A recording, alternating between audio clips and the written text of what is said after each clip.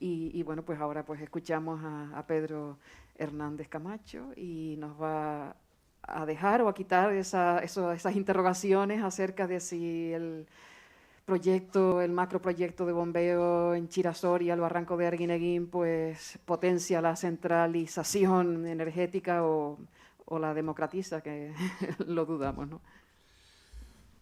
Bueno, muchas gracias, profesor, porque he escuchado con mucha atención. Es siempre un placer escucharle y bueno, me emociona cuando dices esa idea de que la universidad no puede seguir ausente y la función social que tiene el conocimiento, ¿no?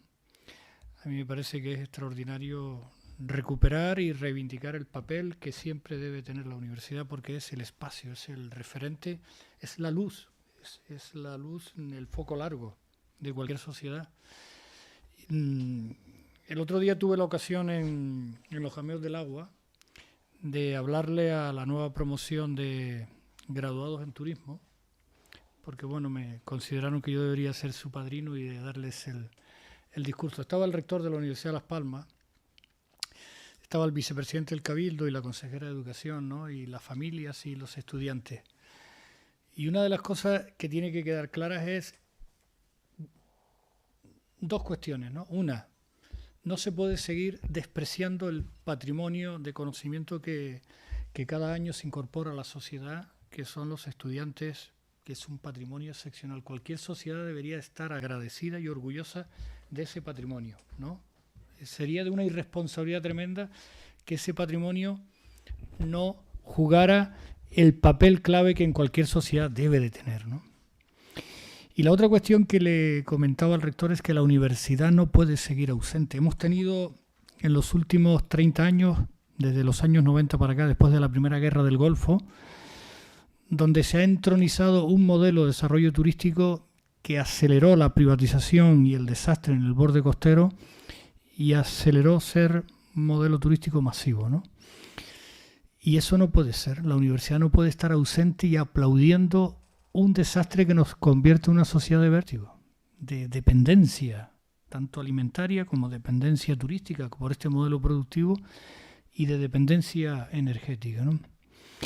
Y bueno, y cuando el profesor Guerrero dice estas cosas, a mí me parece que está cumpliendo un papel excepcional. Yo me siento, digamos, escucharle, me siento muy halagado y es un privilegio escuchar que desde la universidad y con la autoridad que te da, porque tienes que reconocer que eres una autoridad y además eres representante español en la Agencia Internacional de la Energía, o sea, que tiene un papel muy relevante, ¿no? Yo creo que recuperar eso desde el punto de vista de la conciencia como civilización, conciencia como humano y conciencia como actividad profesional en la que uno por los motivos humanos que sean está ahí y la desarrolla con mucho gusto. Yo creo que es un ejercicio ético y moral para la sociedad en la que uno se mueve extraordinario y eso hay que fortalecerlo, ¿no?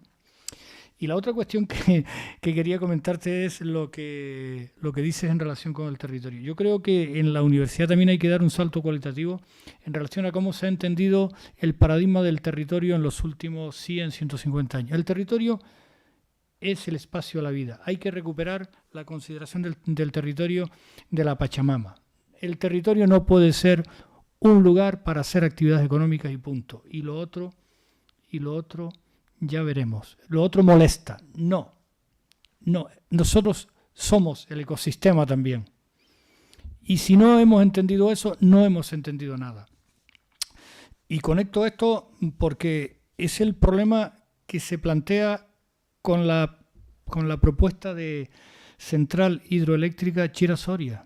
No han entendido el ecosistema, los espacios insulares volcánicos. No han entendido la situación biogeográfica en la que estamos en Canarias, que tenemos las condiciones excepcionales en esta transición en la que estamos. Tenemos viento, tenemos sol, tenemos mareomotriz, tenemos geotermia porque somos islas volcánicas activas. Eso hay que explorarlo de manera urgente también. ¿Cómo es que no hay condiciones? Y hay países del mundo que sus recursos energéticos están vinculados a la geotermia. ¿Cómo eso no se va a explorar en unas islas donde el mundo del volcán es un recurso turístico excepcional desde el punto de vista paisajístico y lo que supone, por ejemplo, Lanzarote, las anomalías geotérmicas que son el recurso visitable turísticamente. ¿Cómo no van a ser un recurso energético? Yo no tengo ni idea, pero yo creo que desde el punto de vista del conocimiento de la ciencia hay que explorar esta opción también, ¿no? Entonces, si eso lo exploramos y entendemos las dinámicas ecosistemáticas de los territorios en donde estamos nosotros en Canarias, creo que estamos en condiciones de ser ejemplarizantes al mundo, ¿no? Porque esto no es el mundo de los últimos 150 años, cuando el desarrollo de este capitalismo acelerado, extractivista, vinculado a recursos energéticos fósiles, agotables y contaminantes, y que han provocado esta situación de crisis civilizatoria en la que estamos. ¿Estamos en una situación de crisis civilizatoria? ¿O es que vamos a olvidar que el gran dilema que tiene la humanidad en estos momentos está ahí? Acaba de salir el último informe del panel científico de Naciones Unidas. Es espeluznante. O los acontecimientos extraordinarios desde el punto de vista climatológico que han sucedido en China, en Centro Europa, en México y los que vendrán. Y no podemos vivir en una situación, eso que se llama antes de la pandemia, que se llamaba, vivimos en una situación de emergencia, no se decía muy bien. Tenemos que vivir, digamos, con la incertidumbre permanentemente. Después de la pandemia y con la pandemia que todavía que estamos atravesando, estamos en incertidumbre. ¿Pero y qué le ponemos a esa incertidumbre? O sea, estamos en una sociedad en términos sanitarios en incertidumbre, pero estamos en una sociedad en términos climatológicos en incertidumbre. Y en términos económicos en Canarias nos ha puesto sobre la mesa la incertidumbre que es este modelo económico. Es una incertidumbre, pero ¿cómo 2 millones y pico de residentes en Canarias pueden estar en incertidumbre? Porque las condiciones excepcionales por ser un lugar del planeta que produce, que nos ha conocido el mundo por ser una región agroexportadora y ahora somos agrodependientes. Y con las condiciones energéticas que tenemos, de las fuentes de energía que tenemos y con la tecnología que se ha desarrollado, nos van a poner en manos de las multinacionales. ¿Pero esto qué es? Entonces, para no perdernos, ¿es Chira-Soria un proyecto al servicio de las multinacionales? Claro, lo controlan las multinacionales y Chira-Soria está al servicio de una propuesta centralizadora y Chira-Soria está al servicio, esa propuesta centralizadora ha sido dibujada en un ente, ¿no? La gente me dice, no digas eso, muy bien y tal. Ha sido diseñada en un ente que aparentemente aparece arropado de conocimiento y de tecnología. El Instituto Tecnológico de Canarias ha diseñado una modalidad de centralización energética. Intermacán, ¿qué es? Los cables de conexión entre La Gomera y la isla de Tenerife, el cable de conexión previsto entre Fuerteventura y Gran Canaria, por eso están destruyendo la isla de Fuerteventura, el cable interconectado ya histórico de Lanzarote y Fuerteventura y el cable a Tarfaya. Es una propuesta centralizadora que nada tiene que ver con las condiciones energéticas que tenemos en Canarias. Y Chira-Soria es una pieza clave en todo esto, ¿no?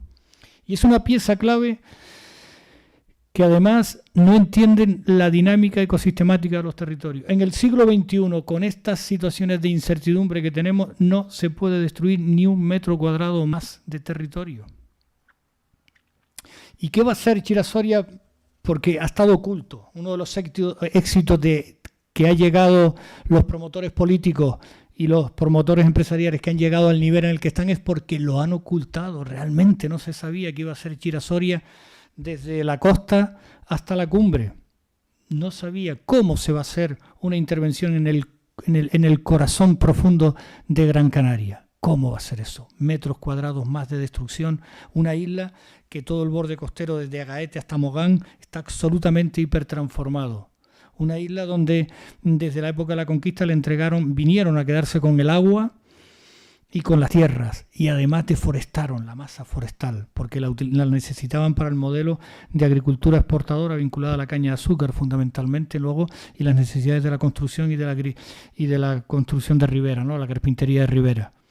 Y es una isla hoy con unos evidentes problemas ambientales gravísimos. Y ahora van a hacer una central hidroeléctrica en un lugar donde no hay cursos de agua permanente.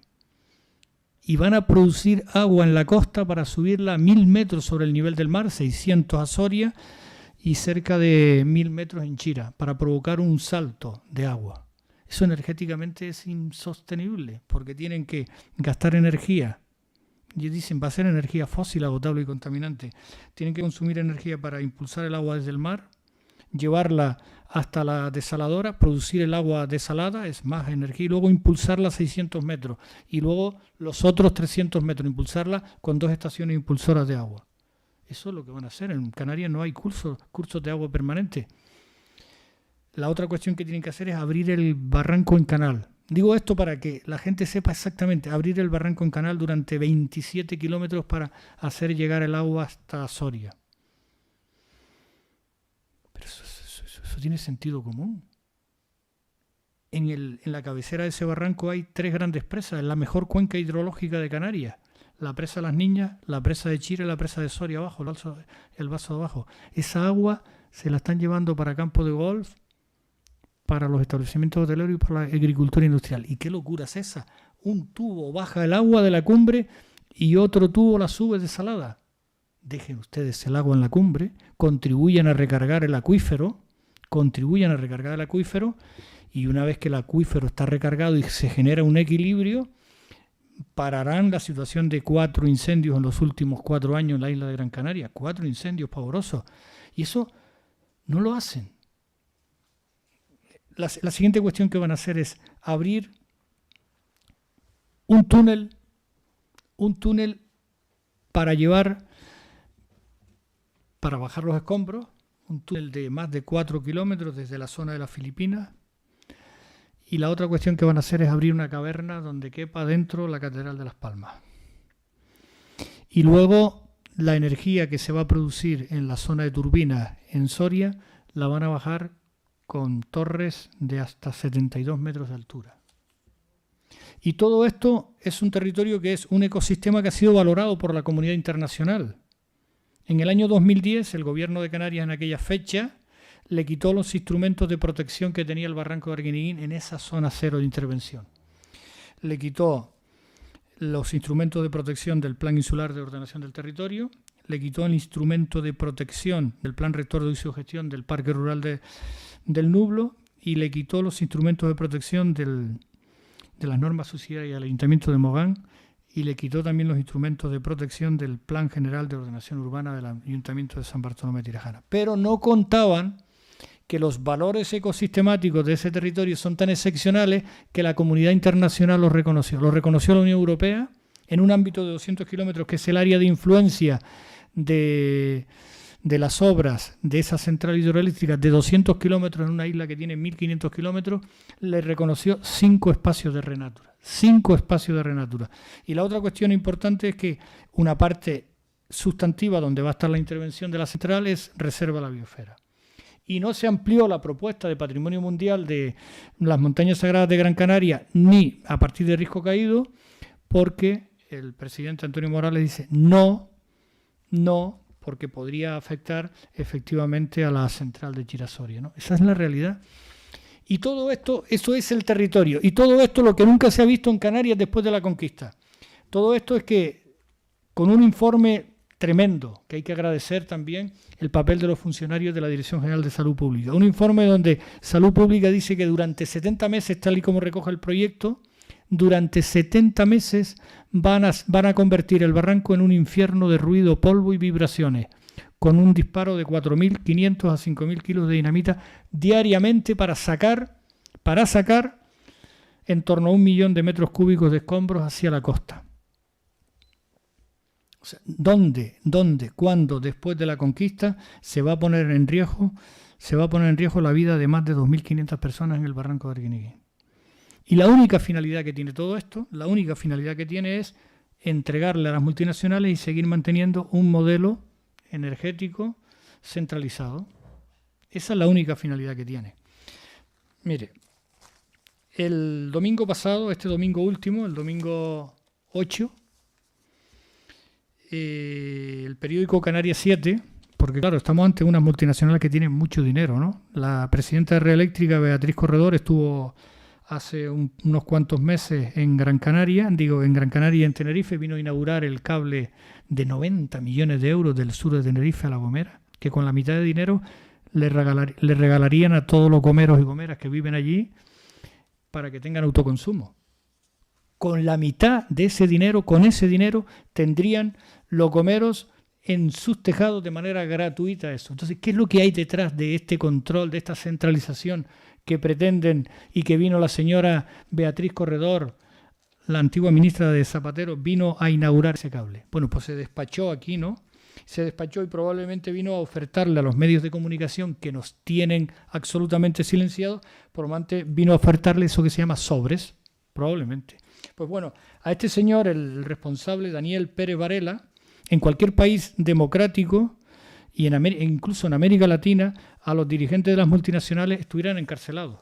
Con este tipo de declaraciones estarían encarcelados. Porque, digo para que sepan qué es lo que ha pasado a partir de la declaración de impacto ambiental que el gobierno de Canarias ha concedido, ¿no? Ya sabemos qué es lo que va a pasar allí y ahora sabemos quiénes son los que le están dando el pasaporte para que se produzca una invasión en toda regla del barranco de Arquiniquín. Y una invasión con lo que dice este señor, ¿no? Le han dado el pasaporte, recientemente se lo ha dado José Antonio Balbuena. Y antes de decir exactamente qué es lo que ha dicho este señor, tenemos que comentar con el proceso de la declaración de impacto ambiental algo gravísimo en cualquier sociedad democrática, ¿no? Lo primero es que, al igual que están haciendo ahora, sacando información pública toda una serie de proyectos, ¿no?, para que no nos enteremos, cuando que con la ley del suelo de Fernando Clavijo, el artículo 8, impide, ¿no?, el sentido común dice que el mes de agosto sea un mes inhábil para que haya participación ciudadana. Pues el año pasado, el 8 de agosto, sacaron una información pública el proyecto y el estudio de impacto ambiental para abrir periodo de alegaciones. Protestamos y lo ampliaron un poco más, pero nunca sabemos cuánto tiempo más estuvo abierto el estudio de impacto ambiental. Lo siguiente que ha hecho el gobierno de Canarias para entregarle el pasaporte a la multinacional, lo siguiente que ha hecho es que nunca supimos cuándo acabó el periodo de alegaciones. Lo único que sí sabemos, porque en todo esto ha ocultado, no hemos tenido posibilidad de participar, ¿no? Yo siempre cuento la anécdota que fui a Madrid en 5 ocasiones cuando la batalla contra Repsol, iba al Ministerio de Industria, que dirigía José Manuel Soria, y al Ministerio de Medio Ambiente, que dirigía Cañete, y nunca tuve problema en ver el expediente. Siempre nos ponían a 2 funcionarios custodiando el expediente y todo estaba ahí encima de mesa. Estábamos desde las 8 de la mañana hasta que cerraban, ¿no? Siempre veíamos los expedientes. Y eso es un derecho que tenemos porque es la aplicación del convenio de Aarhus, desde 1995, que el Estado español ha firmado y en Canarias también, por lo tanto, forma parte del ordenamiento jurídico. Pues este señor Balbuena, estos señores del Pacto de las Flores, han negado, les hemos llevado a los tribunales, estamos en los tribunales, pues ahora ya no tiene viabilidad porque ya sacaron el estudio de impacto ambiental, ¿no? Nunca nos dejaron ver el expediente y estar en el proceso de evaluación de impacto ambiental. Es un acto público. Entonces, nunca supimos cuándo terminó el trabajo del órgano sustantivo, que es la Dirección General de Energía. Nunca.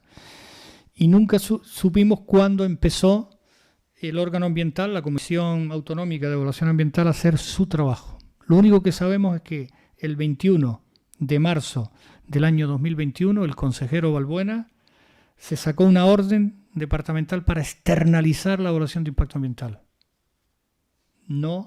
Noticias que nos llegaban era que no había nadie, ningún funcionario dispuesto a hacer esta evaluación de impacto ambiental. La externalizó. No se fía de los funcionarios y de los buenos funcionarios que hay en el ámbito de evaluación de impacto ambiental. El argumento que dio es que hizo un acto ilegal desde el punto de vista administrativo.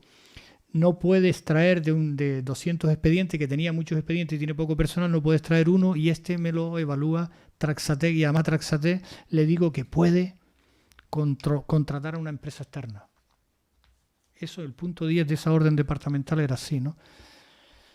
Pues esto es lo que ha hecho el gobierno de Canarias y ahora hace menos de una semana ha entregado la declaración de impacto ambiental. No sabemos cómo fue el acto en la Comisión de Evaluación Ambiental, porque Traxatec elaboró el documento. Lo que sí que nos han filtrado es que la Dirección General de Salud Pública votó en contra ahí. Tampoco conocemos, porque no han hecho público, cómo fue ese acto, que tiene que ser un acto público. Yo me acuerdo de ir en representación de los ecologistas a las comisiones de ordenación del territorio y medio ambiente, a la CONMA. Había puesto ahí. No entiendo. ¿Qué oculta? ¿Qué oculta, no? Y a todas estas, Cuento también la anécdota de ayer. Ayer hemos tenido la posibilidad de tener con el entorno del presidente Sánchez una pequeña reunión. La responsable de prensa nos recibió y le entregamos una carta abierta para explicarle qué estaba pasando con Chira-Soria sin ningún tipo de problema. Pero no hemos podido reunirnos con Balbuena. Nos citó una vez y ese mismo día, un viernes por la mañana, dijo que no, que tenía una agenda muy agitada. No nos ha recibido, ¿no? Porque queríamos explicarle el derecho que tenemos a participar en la evaluación de impacto ambiental y queríamos explicarle también errores gravísimos que se estaban cometiendo, ¿no? Y que no le facilitara la declaración de impacto ambiental. Igual nos ha pasado con Antonio Morales. Pero ¿por qué digo esto? Antonio Morales es un tema mucho más grave, porque Antonio Morales nos pedía que le dijéramos de dónde era la gente que había firmado, las 30.000 personas. Porque toda esta hay que saber que la plataforma está formada por 52 colectivos, más de 5.000 personas a la calle en medio de la pandemia que salieron el 22 de mayo y más de 30.000 personas que han firmado a través de una plataforma auditable muy seria que es WeMove, ¿no? Movemos Europa. Y pedía que quiénes eran esas personas, ¿no? Una cosa inimaginable en democracia. Pero bueno, quería conectar con esto porque era lo que le explicábamos a la responsable de prensa del presidente Sánchez ayer, es varias cosas que decía que en un país democrático este señor o los políticos hubieran tomado medidas ya o la justicia hubiera intervenido de oficio, ¿no? Este señor reconoce que efectivamente la Unión Europea, este proyecto no es un proyecto legal en estos momentos. El proyecto de Chira-Soria, a pesar de que el gobierno de Canarias le ha dado la declaración de impacto ambiental, y probablemente ellos están un poco asustados y por eso el gobierno de Canarias no se ha atrevido a dar la autorización del proyecto y a dar la declaración de interés general para expropiar a todas las personas que tienen que expropiarle para que Red Eléctrica entre, ¿no? Porque hizo esto, ya van cerca de 10 días desde la declaración de impacto ambiental y las otras 2 actos administrativos, como reconoce el señor Varela en la entrevista del domingo, lo dice. ¿Por qué? Este señor reconoce que la Unión Europea en estos momentos la Unión Europea, a partir de una iniciativa del gobierno español que se da cuenta en noviembre del año 2020 que este proyecto no es compatible con la directiva comunitaria del 19, porque es incompatible, a pesar de que esa directiva tiene algunas excepciones que pueden ser acogidas en Canarias, en los territorios extrapeninsulares. Pero eso necesita un proceso. El gobierno español lo solicitó en noviembre del 20 y la comisión lo sometió a información pública hasta el 27 de abril del año 2021. Y recientemente la comisión nos ha informado de que efectivamente no va a resolver esto antes de diciembre del año 2021. O sea, aquí hay un aspecto importante que con el ordenamiento jurídico comunitario, con esa directiva, la del mercado interior de la energía, este proyecto no es legal en estos momentos. Nosotros no decimos que sea ilegal, no es legal. Por prudencia, el gobierno de Canarias no tenía que haber concedido la declaración de impacto ambiental. Por prudencia, porque ¿qué sentido tiene estar haciendo un acto administrativo si efectivamente la comisión dijera que no es compatible conceder en régimen de monopolio a Red Eléctrica en Canarias? Transportadores, ser los responsables del sistema, almacenadores, y en ese almacenamiento va a producir energía, ¿no?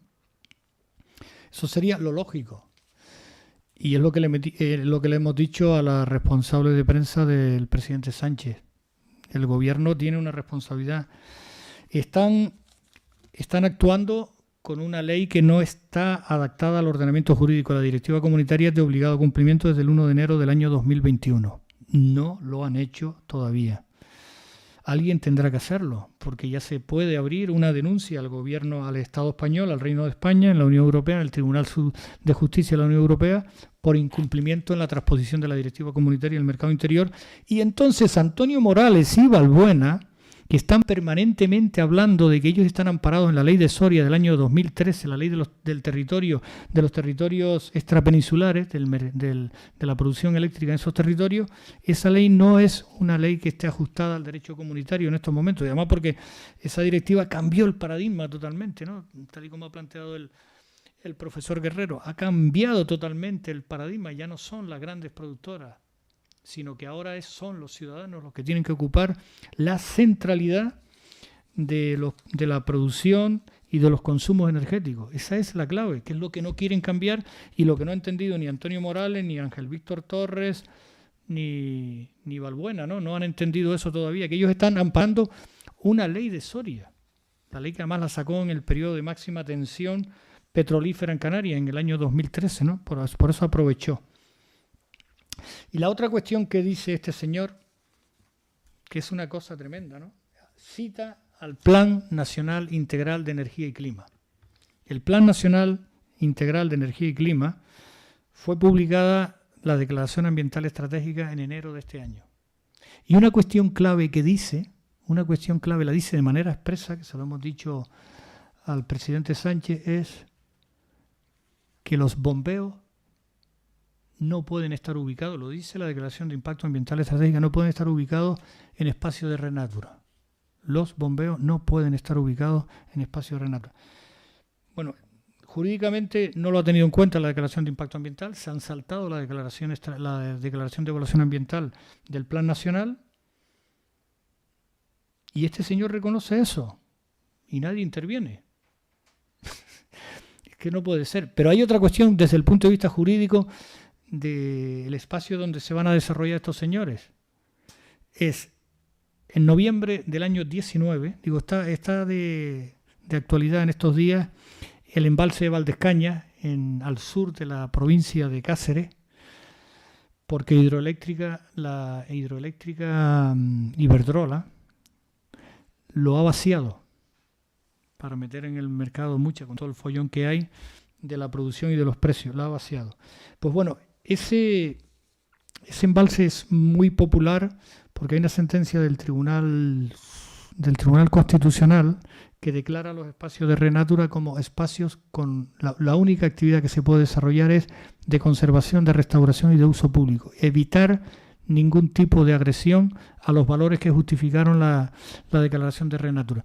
Pues estos señores, cuando presentaron el proyecto, que lo presentaron en julio del año 2020, la Dirección General de Energía, y cuando vas al proyecto y dice, bueno, ¿cuál es la base jurídica en la que se ampara este proyecto? Eluden la sentencia del Constitucional del 19, ¿no? Y ahora la Declaración de Impacto Ambiental también.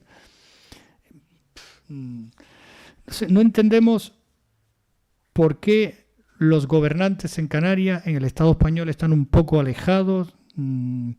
La ministra está al tanto porque cuando presentamos una denuncia en el mes de octubre, inmediatamente se dieron cuenta de que estaban incumpliendo la directiva comunitaria y le solicitaron a la comisión la compatibilidad, que es esta que comentaba antes, ¿no? Y luego algo que es como muy gracioso en el proyecto de Chiera Soria, Antonio Morales tiene un argumentario que ya cada vez está más silenciado. Habla del argumentario de los puestos de trabajo, que este señor también habla de los puestos de trabajo. Habla del argumentario del agua, el agua para la cumbre, porque dice que no hay agua para forestar, para fijar a las personas. Hay unos problemas muy importantes con las aguas desaladas en contacto con el sol, ¿no? Hay investigaciones en California, hay investigaciones en el sureste español que la inyección de químicos para matar el zooplancton y el fitoplancton tiene una reacción bastante venenosa que hay investigaciones ya publicadas en revistas de impacto, ¿no? Y eso uno de nuestros técnicos, el ingeniero Lucas, lo ha planteado abiertamente, ¿no? O sea que desalar agua para ubicarla, aparte que va a haber una afección tremenda a los humedales, porque son verdaderos humedales las presas, ¿no? Entonces el agua, este señor ha hundido a Antonio Morales cada vez que habla. Este es como una especie de godo parlanchín, que cada vez que habla es muy interesante porque desvela sus intenciones. Debe ser que no se informa bien, debe ser que no sabe para quién. Pero Antonio Morales estaba vendiendo como que iba a tener agua gratis en la cumbre, que Red Eléctrica se la presenta. Este señor viene a decir dos cosas. Una, que el agua tienen que pagársela porque no se puede producir agua con la tarifa de la electricidad. Y la otra cuestión es que el agua hay que pagársela y que se le va a pagar de los 6 millones de euros del canon. Lo dice aquí, ¿no? Es una cosa, vamos, ha hundido definitivamente a Antonio Morales con esto que dice, ¿no? Pero lo que a nosotros nos llama la atención es, yo sé que es polémico las cosas que uno plantea, ¿no? Pero lo que nos llama la atención es qué es lo que puede estar pasando en Canarias para que un amplio sector de la política y del ecologismo estén defendiendo lo indefendible desde el punto de vista energético y desde el punto de vista ambiental, ¿no? ¿Qué está pasando desde el punto de vista de la democracia para que ese sector de la política de los últimos 8 o 10 años, vinculados a lo que puede ser el mundo de Podemos, ¿no? ¿Por qué esa gente mantiene una actitud tan silenciosa, tan extraordinariamente cobarde, ¿no? El papel, por ejemplo, nosotros estamos asombradísimos con el papel de Manolo Marrero como jefe de grupo parlamentario de Podemos que apoya al gobierno, ¿no? Que tenga una actitud tan cobarde y sobre todo de tanto silencio, ¿no? Y que no ha contribuido, digamos, a la democracia, que el proceso de evaluación ambiental se conozca o abrir un debate. Porque la pregunta que nosotros hacemos es, ¿y este proyecto en qué plan está contemplado? No hay plan, no hay ley de cambio climático en Canarias todavía, no la han aprobado en el Parlamento, no hay un plan estratégico de introducción de las renovables. Y entonces, ¿qué papel juega Chira Soria en esto? ¿Dónde? ¿Es una ocurrencia de alguien, de Balbuena? ¿Es una ocurrencia de Antonio Morales? ¿Por qué no se abre un debate amplio en la sociedad? ¿Por qué no siguen las directrices que se vienen planteando desde el paquete verde, desde la directiva de la Unión Europea desde el año 2019? ¿Por qué eso no se hace? ¿Dónde está el debate? ¿Quién dice? ¿Dónde ha estado la participación ciudadana? Pero lo más gravoso de todo esto es que le han encargado la elaboración del plan estratégico de introducción de las renovables a una persona extremadamente parcial y con muchas responsabilidades de por qué estamos en la cola en Canarias en la transición energética, a Gonzalo Piernavieja. No puede ser un señor que es un propagandista de Chira Soria un día sí y otro también, con Antonio Morales, con Jonay Concepción, todos los días él haciendo propaganda del proyecto de Chira Soria, no puede tener la neutralidad suficiente para que sea el redactor del plan estratégico de introducción de las renovables en Canarias. No puede ser, no hay plan. Y el redactor no puede ser una persona con este nivel de parcialidad y además con un nivel de responsabilidad altísimo en Canarias en los últimos 20 años o más, desde los años 90, ¿no? ¿Por qué Canarias, un territorio tan agraciado con unas condiciones excepcionales, estamos tan atrasados? ¿Fue solamente el pelotazo aquel de las primeras asignaciones eólicas en Canarias, cuando de ahí salieron todos a los tribunales, que tardó mucho tiempo en ser juzgado en la época de Luis Soria en la Consejería de Industria? No sabemos. Y la otra cuestión importante también que nos llama poderosamente la atención es el silencio y la parcialización. Debe ser de un sector del ecologismo en Canarias. No es solamente aquí. Bueno, hay que reconocer que el ecologismo tiene mucha sensibilidad. En el Estado español hay 5 grandes sensibilidades. Está por un lado el ecologismo más de carácter sociopolítico vinculado a Ecologistas en Acción. Luego está el ecologismo más activista de carácter internacional, vinculado fundamentalmente a activismo mediático, Greenpeace. Luego está un ecologismo muy conservacionista, casi escasamente vinculado porque vive, digamos, del dinero público, que es el BBF ADENA. Y luego otro tipo de ecologismo muy sectorizado, vinculado fundamentalmente a las aves, que es la Sea Over Life, y Amigos de la Tierra, que es fundamentalmente un ecologismo no activista, sino de difundir, digamos, ideas acerca de cómo debe ser la nueva sociedad, ¿no? Bueno, en Canarias fundamentalmente lo que existe es un ecologismo de carácter sociopolítico vinculado a Ecologistas en Acción, pero ese ecologismo, la dirigencia de ese ecologismo tiene muchas deudas, muchos peajes con Antonio Morales porque confunden el tener unas vinculaciones laborales con el Cabildo de Gran Canaria con tener una posición de defensa de la Pachamama. Por favor, no se puede estar facilitando a las multinacionales su implantación en Canarias, ¿no? Y además esto está conectado, que este modelo de transición que quieren diseñar y que están diseñando para Canarias está conectado con el proceso de superar la crisis sanitaria y los dineros que vienen para recuperar, que están vinculados a los modelos de anteriores. Estos señores de la política y de los empresarios no se han enterado que estamos en una nueva época y están vinculados a las grandes infraestructuras, en el caso de Tenerife, el puerto de Fonsalía, más carreteras, más puertos. El caso de Fuerteventura igual, más carreteras, más puertos. El caso de Lanzarote, lo primero que han hecho es licitar más carreteras, 60 millones de euros, carreteras innecesarias, ampliar la carretera hacia Órsola, desde Arrieta hasta Órsola, o otra ampliar la circunvalación a Puerto del Carmen. Bueno, pero no se han enterado que esto no va por ahí. Y claro, no se puede estar facilitándoles que el modelo energético esté al servicio también de las grandes multinacionales, estas ideas. Y luego tampoco entendemos en el caso de Chira-Soria el papel que una plataforma tan interesante que es la plataforma por el nuevo modelo energético, que no haya dicho nada hasta el momento de que eso no es un modelo descentralizado, eso es un modelo centralizado, no solamente desde el punto de vista territorial, pero hay que decir algo de ese modelo. ¿Por qué silencio? ¿Por qué el peaje de Antonio Morales? Si nosotros decimos, Antonio Morales no deja de ser un cascarón vacío, y además cargado de odio y de rencor. Una persona que lleva 34 años en la administración política, siempre en posiciones dirigentes, no tiene la sensatez y la humildad de escuchar opiniones diferentes, ¿no?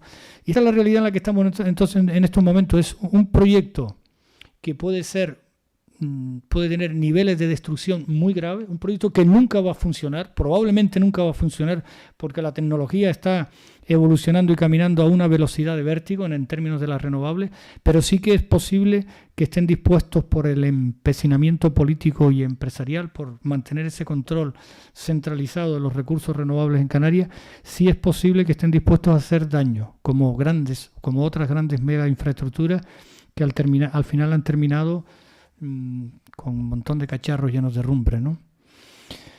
Ni va a crear puestos de trabajo, ni va a haber ahorro, sino que detrás de todo esto lo que hay es un suculento negocio, ¿no? El profesor Guerrero ha dicho algunos datos para Gran Canaria, para Fuerteventura, se saben también los datos de La Palma, cuánto es lo que se llevan, cuánto es la factura que pagamos, y lo que está en el fondo de todo esto es que en Canarias 2 millones y pico de residentes y 16 millones de turistas es mucho consumo, es un negocio encapsulado, controlado.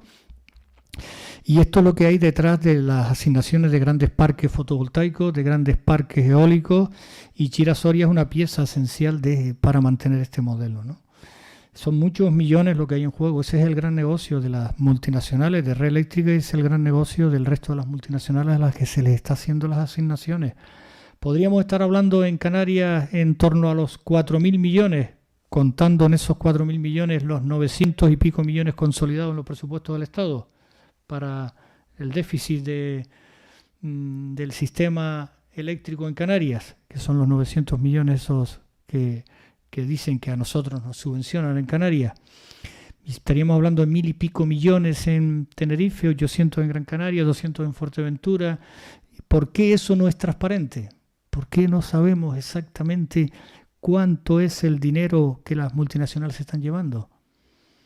¿Y por qué eso no se contribuye? Hay una propuesta de los empresarios, de un sector de empresariado en Gran Canaria, en el Goro, que tiene una propuesta excepcional, ¿no? ¿Por qué la hoja de ruta en Canarias y en Gran Canaria no es, que es lo que le preguntamos a esta gente, por qué no hay planes estratégicos de ahorro y eficiencia? ¿O es que alguien va a pensar que vamos a seguir con los niveles de consumo que hemos tenido hasta ahora? Ahorro y eficiencia elemental en los alumbrados públicos, en los edificios sanitarios, educativos, deportivos, en los edificios institucionales. ¿Cuánto ahorraríamos? El Plan Nacional habla de que podríamos llegar, si se aplican buenos planes de ahorro y eficiencia, hasta un 30%. ¿Por qué? Eso no se hace. Eso sería de la factura. ¿Y por qué no se hacen planes intensivos de autoconsumo? De autoconsumo institucional y de autoconsumo en los edificios sanitarios, educativos, deportivos. ¿Por qué? Y luego, ¿por qué no se incentiva en esos 180, 200 kilómetros cuadrados la instalación de placas solares fotovoltaicas? ¿Por qué no trabajan en eso? Porque el problema fundamental está que si todo esto que tenemos los recursos energéticos aquí, viento, sol, no hay que traerlos. No estamos en una visión centralizada del siglo XIX, cuando había que traer el carbón, el gas y el petróleo. Lo tenemos aquí y ahora hay tecnología para aprovecharlo. Porque probablemente toda esta gente son votos delegados de estas multinacionales. No se decide, la política no se decide. Yo cuando tuve la experiencia de 4 años en el Cabildo de Lanzarote entendí perfectamente que la política no se decide en la mesa del Cabildo, del Ayuntamiento, del Gobierno de Canarias. Eso es para darle la apariencia de legalidad. Las decisiones se deciden en otro lado. ¿Usted cree o alguien piensa que los planes generales se deciden ahí?